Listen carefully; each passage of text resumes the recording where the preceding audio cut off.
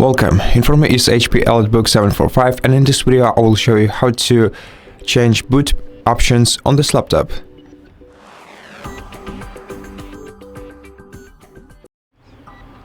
First of all, you're gonna have to enter BIOS menu, and to do that, power your PC off, and then short press the power button again to turn it on, and repeatedly press F10 button until you see the BIOS menu on your screen.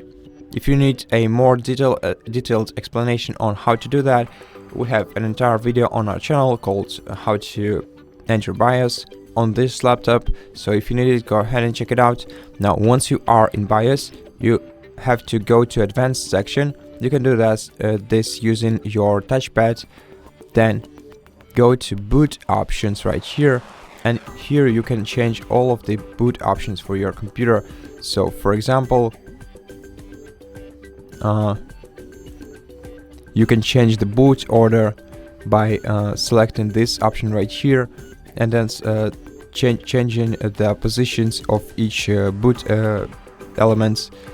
So to change the position of the boot element in the boot order, you have to click on it, and then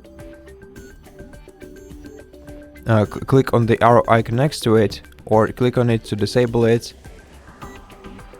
Now, by clicking arrow icon next to it, you can change the position of this boot element using your up and down arrow keys, and enter to accept and escape to cancel.